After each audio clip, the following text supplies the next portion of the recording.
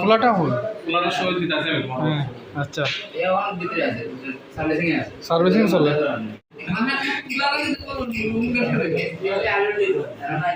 হ্যাঁ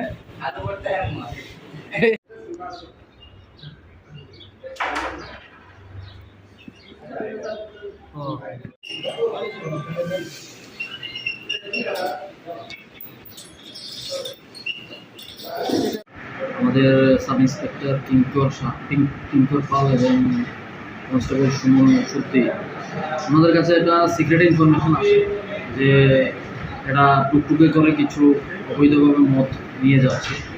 এই খবর পেয়ে আমাদের স্টাফ সিভিল ড্রেসে এবং ড্রেসে উৎপেতে বসে গাড়িটাকে আটক করতে সক্ষম হয়েছে।